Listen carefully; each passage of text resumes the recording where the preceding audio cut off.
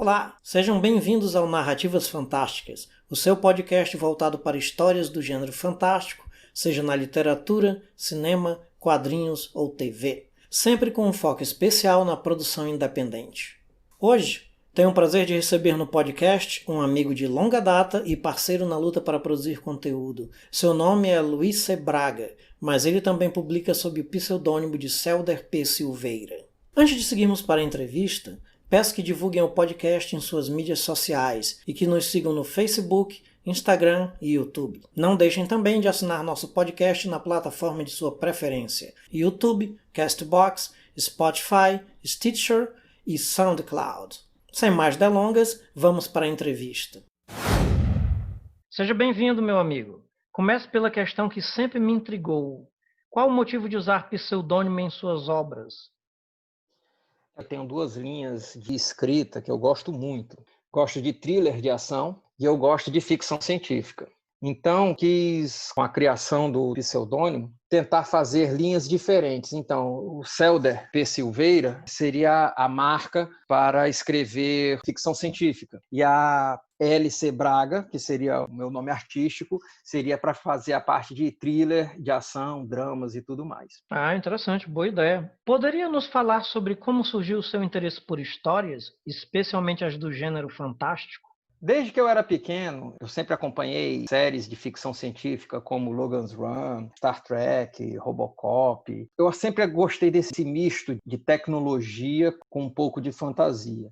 Então isso aí sim foi uma coisa que me marcou bastante no decorrer da história. E sempre fui apaixonado pela parte de audiovisual. Como nós somos contadores de história, a gente vai tentar dar vazão a essa nossa veia artística. E, assim, eu não sei se eu sou um escritor com alma de cineasta ou se eu sou um cineasta com alma de escritor. O interessante é que a gente consiga contar a história. E eu gosto de qualquer mídia, pode ser livro, história em quadrinho, áudio, inclusive audiovisual. Já me aventurei nessa área, inclusive a gente fez um filme que foi lançado não, ele está correndo os festivais no início desse ano, mas aí veio a pandemia, os festivais foram tudo cancelados, mas então eu estou sempre tentando dar vazão a essa criatividade e contar histórias. E é um meio mais rápido e mais simples de ser executado é através da parte da escrita. Porque na escrita você não tem limite, principalmente de orçamento. Porque quando você vai fazer um audiovisual, você tem que pensar em cenário, em figurino, em atores, e é mais complicado você juntar tudo isso dentro do mesmo ambiente ao mesmo tempo para poder executar. Já quando você está escrevendo, você é livre para fazer o que você quiser, quando quiser e a hora que quiser.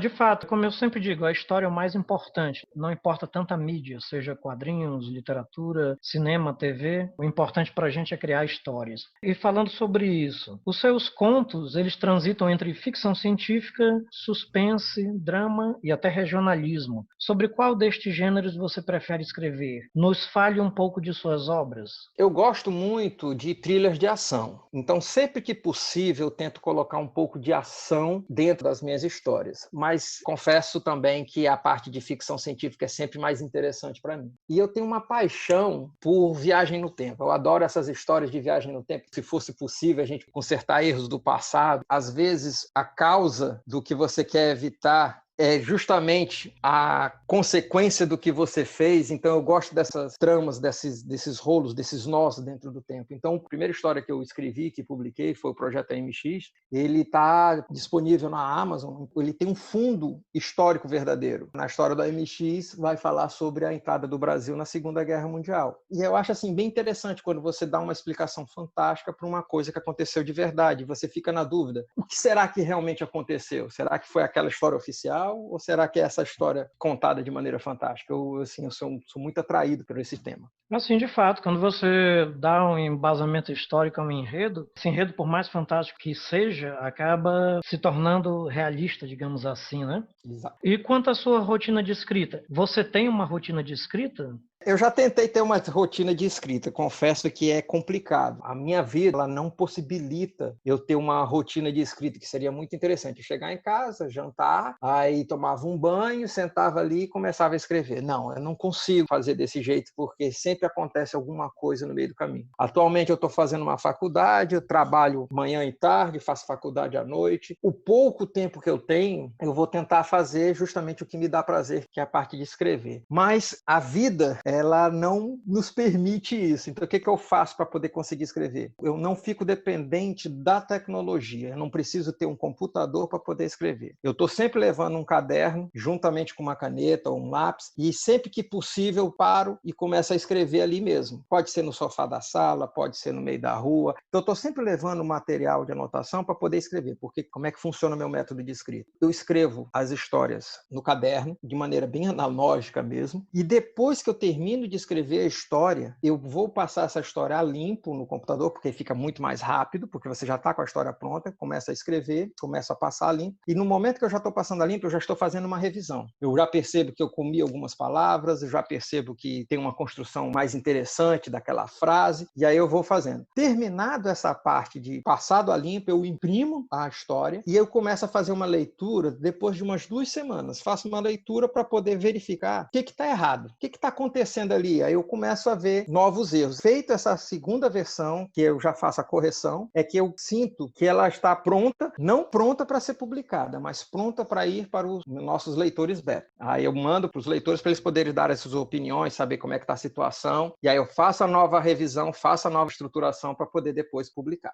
Ah, entendo. É uma boa rotina. Até agora, você publicou vários contos. Planeja escrever uma narrativa mais longa, como uma novela ou um romance? Sim, sim, sim, com certeza. Já está nos planos eu fazer esses romances, essas novelas, né? Aí a gente tem que ver a quantidade de palavras que vai ser utilizada, né? Então tem vários projetos, várias histórias longas para serem contadas. E eu nunca paro. Então eu estou dirigindo, eu estou trabalhando, eu estou escutando música, a história está lá funcionando. Por isso que eu levo o meu caderninho, surgiu uma ideia, eu anoto ali para poder ser utilizado. Só que é um trabalho árduo, é um trabalho difícil porque ele precisa de mais rotina do que eu consigo ter hoje. Ele precisa de tanto a tanto. Todo dia eu vou estar naquele horário para escrever. E eu não consigo ter esse horário. Então, às vezes, eu tenho uma meia hora na hora do almoço, às vezes eu tenho uma meia hora antes de dormir. Só que na hora que eu vou conseguir escrever, depois que termina o dia, eu já estou cansado, então começa a bater o sono. Então, assim, a gente vai escrevendo conforme a oportunidade surge. Tenho vontade mesmo de escrever uma história mais longa. A vantagem das histórias mais curtas é porque elas dão aquela sensação de que a gente terminou alguma coisa, né? Quando a gente pega uma história mais longa, o negócio é mais complicado. Você tem que pensar em mais nuances, em mais estruturas, em mais personagens. Concordo. As pessoas pensam que é moleza escrever, mas na verdade é um trabalho árduo, especialmente na fase de revisão de texto. E quando você parte para obras mais longas, então, seja novela ou um romance, 20 mil, 40 mil palavras, esse trabalho se torna ainda mais extenuante.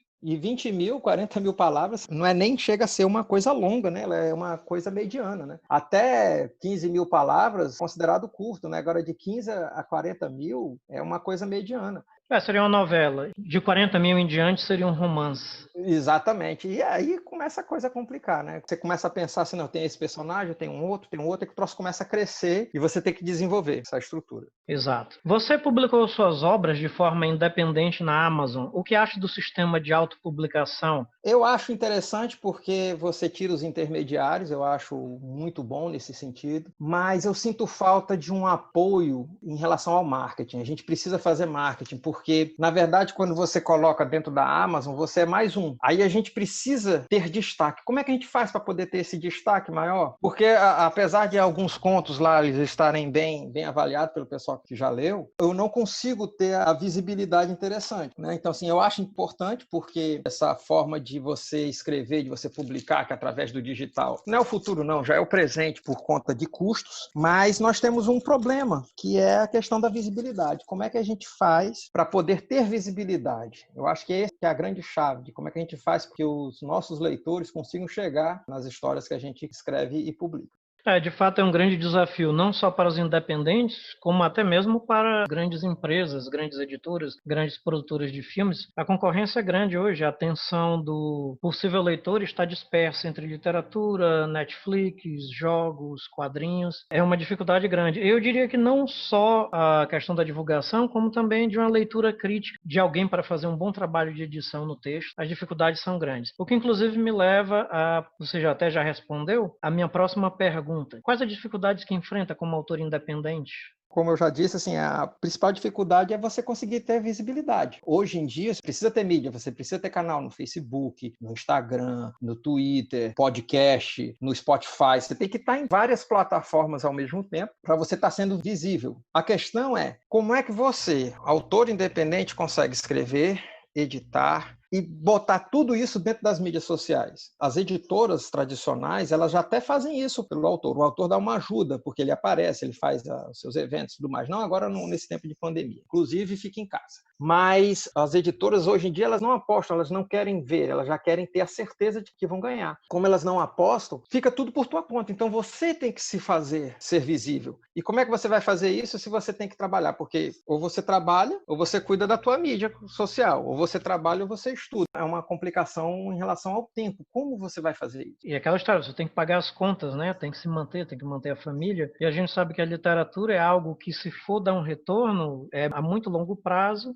e que viver só de escrever é muito difícil. Não só no Brasil, como no mundo todo, né? São raros os casos, como o de um Stephen King, que a pessoa até chega a enricar com a literatura. Claro que não é por isso que a gente vai desistir de fazer, né? É algo pelo qual nós somos apaixonados. E falando de paixão, além de escrever, você também dirigiu curta-metragens. Pode nos falar sobre estes seus trabalhos no audiovisual?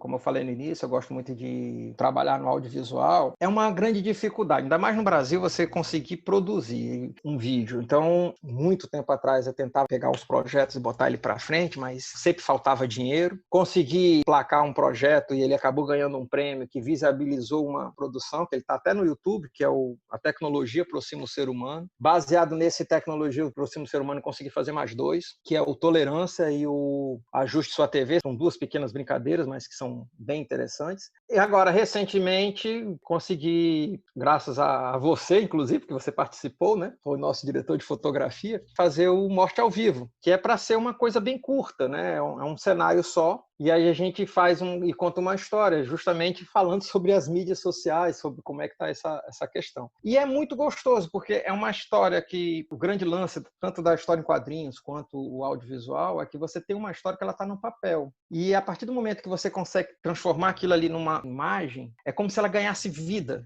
E isso é muito legal. Então você começa a ver aquela sua história se transformando, ganhando, se materializando. Isso é um prazer assim, muito enorme. Então, todas as histórias que eu escrevo, eu tento pensar como se fosse um filme. E eu pretendo um dia, quem sabe, transformá-las em audiovisual ou em curta. Perfeito. E o que você gosta mais de fazer? Escrever ou dirigir? Quais as diferenças que você vê entre um e outro processo? Cara, escrever é mais interessante porque você tem total liberdade.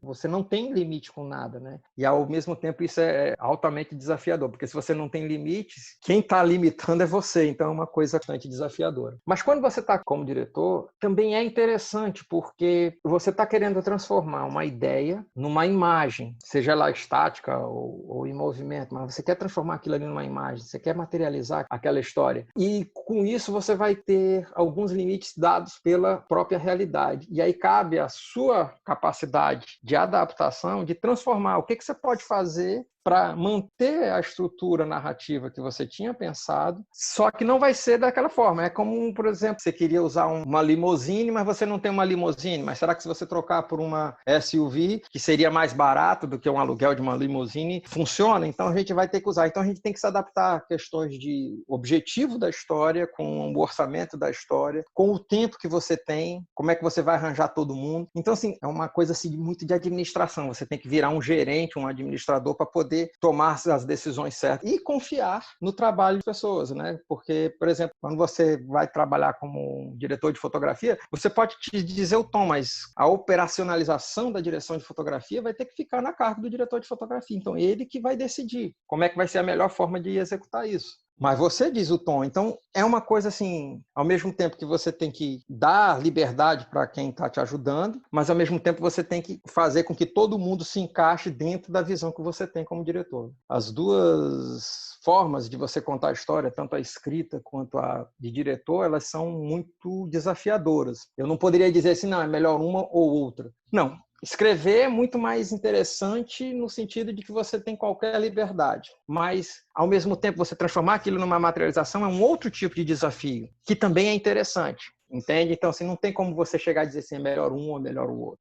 Ou até qual você prefere, né? Pelo que eu estou vendo, você gosta das duas de forma equilibrada. Sim, sim, isso. A literatura realmente proporciona uma maior liberdade, né? Especialmente quando a gente imagina histórias para curta-metragem de baixo orçamento, onde você tem que se limitar demais, tanto em termos de quantidade de personagens como em termos de enredo. É verdade. Você tem que pensar assim, como é que eu vou contar uma história com um cenário, com um personagem, com um figurino? Então, assim, são coisas complicadas. Às vezes a história surge. Às vezes você começa a pensar e para você justificar uma determinada cena, você pensa numa outra, que pensa numa outra. Quando você vê, você já está com 5 cenários, com 10 personagens, e é complicado. Quando você está na escrita, isso é indiferente, porque você vai contar aquela história, mas quando você está no audiovisual, o interessante não é você contar a história, é você mostrar a história. E isso é uma coisa complicada, né? Porque às vezes você não tem como você mostrar a história porque você não tem orçamento. Não é questão apenas de baixo orçamento, é uma questão também de conseguir pessoas dispostas a trabalhar muitas vezes de graça em prol da conclusão de uma obra, né? Acontece até demais que pessoas se comprometem e no início, lá pelo meio do projeto, pulem fora e você fica com aquele abacaxi nas mãos. É verdade, é verdade. É complicado porque você não vai poder contratar os atores, que seria o ideal. E às vezes você nem contrata, porque você não vai ter dinheiro. Por isso que fazer cinema, não fazer cinema, mas fazer audiovisual hoje em dia, sai caro. É complicado você pegar e você trabalhar, dizer, não, como é que eu vou trabalhar com um orçamento baixo? Eu vi esses dias um filme chamado Primer, não sei se você já ouviu falar. Não. É um filme de ficção científica que ele custou $7 mil e já arrecadou $424 mil. É um filme antigo, de 2004, que fala sobre... O pessoal estava fazendo uma pesquisa sobre manipulação de massa de objetos e eles acabam descobrindo uma máquina que fazia voltar no tempo. É a história bem interessante. Ele fez em $7 mil, só que você vai ver ali, ele tinha $7 mil, né? Então ele teve que tirar $7 mil. O próprio diretor, ele atua. São poucos os personagens, são poucos os cenários que foram feitos, mas mesmo assim teve uma dificuldade enorme e teve que entrar com dinheiro. Então ele não fez de graça, né? E isso é uma coisa assim interessante para a gente poder pensar, como é que a gente vai fazer cinema, como é que a gente vai contar as nossas histórias em audiovisual com essa sempre necessidade de você ter dinheiro, o mínimo necessário para você contratar um bom ator, contratar uma boa equipe técnica para poder fazer a história, porque se você não faz a história com o mínimo necessário, as histórias acabam ficando toscas e você não quer que as suas histórias fiquem toscas, porque aí você tira a suspensão de descrença que o espectador tem que ter para poder ver a história, para poder entender a história e acreditar na história. Sim, de fato. E agora que você descreveu o enredo, eu me lembro, eu já vi esse filme sim. Confesso que o final deu um parafuso aqui na minha cabeça e eu não entendi muito bem. Aí depois você me explica. Luiz, onde os ouvintes podem encontrar seus trabalhos e entrar em contato com você? Na Amazon. É só procurar L.C. Braga, que é LC Braga, ou então por Célder P. Silveira, que são as histórias. Além disso, eu estou atualmente começando a preparar os contos que estão publicados lá. Estou colocando eles em áudio-contos para poder ser lançados dentro do Spotify. Ah, legal. Vou querer um deles aqui por podcast, viu? Você pode ceder? Posso, não tem problema não. Eu quero que divulgue, eu quero que as pessoas escutem. Legal. E eu colocarei os links na descrição desse episódio das suas mídias sociais, da página dos seus livros na Amazon, certo? E do canal do YouTube também. Ok, massa. Luiz, muito obrigado por sua participação aqui no podcast. Lhe desejo muito sucesso em suas empreitadas criativas. Eu é que agradeço a oportunidade de estar podendo aqui divulgar a minha obra, de conversar com você, de estar aqui no seu podcast. E vamos em frente, né? Vamos botar as nossas obras, que o importante, principalmente nesses períodos de pandemia, que a gente não fique improdutivo, né? É isso aí, meu amigo. Um grande abraço. Para você também. Um grande abraço.